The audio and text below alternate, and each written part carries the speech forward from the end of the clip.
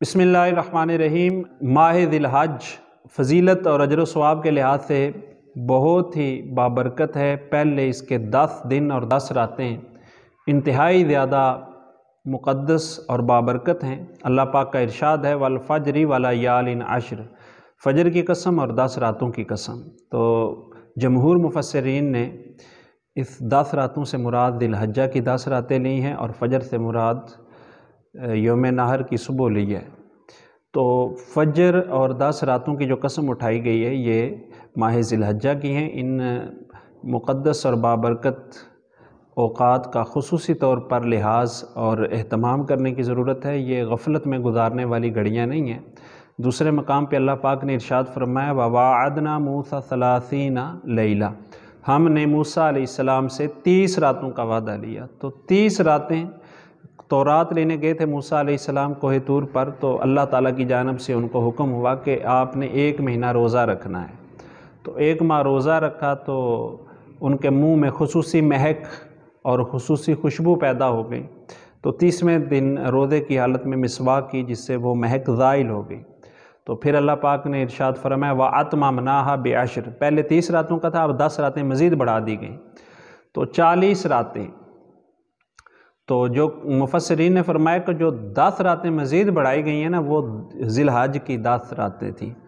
तो पुरानी शरीयतों में भी ये 10 रातें इज़्ज़त व शरफ़ की हामिल रही हैं और हमारे दीन इस्लाम ने इनको बहुत ज़्यादा तक़दीस और बहुत ज़्यादा मुतबर्रक बना दिया है।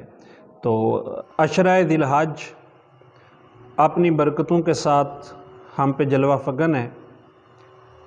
अय्याम हज में बेशुमार हुज्जाज मनासिक हज अदा करते हैं और इन मुक़द्दस बाबरकत घड़ियों को अल्लाह ताला की जानब से खुसूसी शरफ़ और बरक़ात मुयस्सर हैं।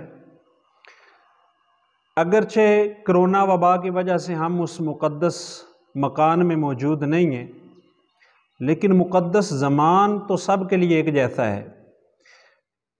इन घड़ियों में मनासिक हज अदा होते हैं। अल्लाह की बारगाह में मुनाजात, तौबा, दुआ, इस्तिग़फ़ार, ये सारे नेक आमाल बजा लाए जाते हैं, कुर्बानियाँ होती हैं। हज़रत शेख अब्दुल हक मुहद्दिस देलवी रहमतुल्लाहि ताला अलैह फरमाते हैं कि इन अय्याम की अफजलियत की वजह क्या है। फरमाते हैं, दरअसल बात यह है कि जितनी भी उम्महातुल इबादात हैं, नमाज है, रोज़ा है, हज है, अल्लाह की राह में सदका व खैरात है, तौबा है, ये सारी एक जगह पर इकट्ठी नहीं होती। रमज़ानुल मुबारक में रोज़ा पाया जाता है, दीगर नेक आमाल पाए जाते हैं, लेकिन हज नहीं पाया जाता।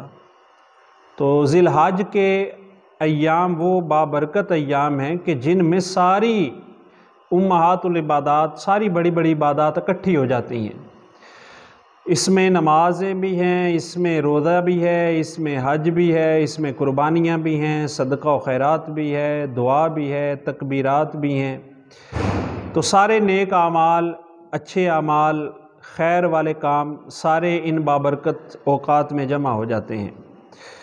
तो सलफ़ सालिहीन इन बाबरकत घड़ियों का, इन बाबरकत औक़ात का बहुत ज़्यादा अदब व एहतराम करते थे। और हदीस पाक में आता है कि इन रातों में क़याम, ज़िलहज, अशरा ज़िलहज की रातों में क़याम करना गोया के लैलतुल क़द्र के बराबर है। तो लैलतुल क़द्र रमज़ानुल मुबारक में तो एक होती है, और यहाँ पर फ़जीलत के एतबार से और अजर व सवाब के एतबार से एक एक रात लैलतुल क़द्र के बराबर है। अगर सारी रात क़याम ना हो सके तो कोशिश करें कि 10 दिनों में, 10 रातों में इशा और फ़जर की नमाज़ बाजमात पढ़ दें। ज़्यादा नहीं तो 2 रकत नफल ही पढ़ दें, और कुछ ना कुछ अपनी हैसियत के मुताबिक अल्लाह की राह में सदका व खैरात कर दें, कुछ तिलावत कुरान कर लें, कुछ दुरूद पाक पढ़ लें।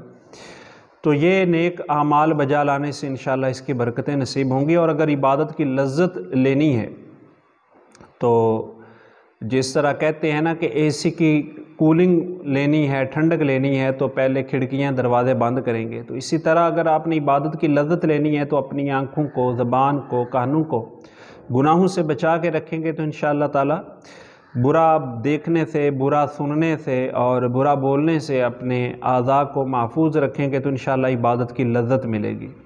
اور تکبیرات کی کثرت کریں۔ حدیث پاک کے اندر تعلیم دی گئی ہے کہ تحلیل کی یعنی لا الہ الا اللہ اور اللہ تعالیٰ کی حمد کی، استغفار کی اور اللہ تعالیٰ کی بارگاہ میں ذکر و اذکار کی تعلیم دی گئی ہے۔ تکبیرات کثرت سے کہیں، سبحان اللہ والحمد للہ ولا الہ الا اللہ واللہ اکبر، تیسرا کلمہ پڑھ دیں تو اس میں اللہ کی تسبیح بھی ہے، اللہ کی حمد بھی ہے، اس میں تکبیرات بھی ہیں، اللہ کی کبریائی بھی ہے۔ تو کوشش کریں کہ ان بابرکت گھڑیوں میں اللہ تعالیٰ کی عظمت، اللہ کی کبریائی بیان کریں۔ اللہ اکبر لا الہ الا اللہ واللہ اکبر وللہ الحمد۔ یعنی صحابہ کرام کی سیرت میں بھی آتا ہے کہ وہ ذی الحج کے ایام میں بابرکت جگہوں پر انفرادی اور اجتماعی طور پر تکبیرات کا اہتمام کرتے تھے۔ تو کوشش کریں کہ یہ گھڑیاں عام دنوں کی طرح نہ گزریں، بلکہ اس میں کچھ خاص ہو جائے، اسپیشلی جتنا کچھ کر سکتے ہیں کریں۔ اللہ پاک ہمیں ان بابرکت گھڑیوں کی قدر اور عظمت کو پہچاننے اور سمجھنے کی توفیق عطا فرمائے، اور اللہ تعالیٰ جو قربانیاں کر رہے ہیں اللہ پاک ان سب کی قربانیوں کو قبول کرے، اور جو نہیں کر سکے اللہ تعالیٰ انہیں بھی توفیق عطا فرمائے۔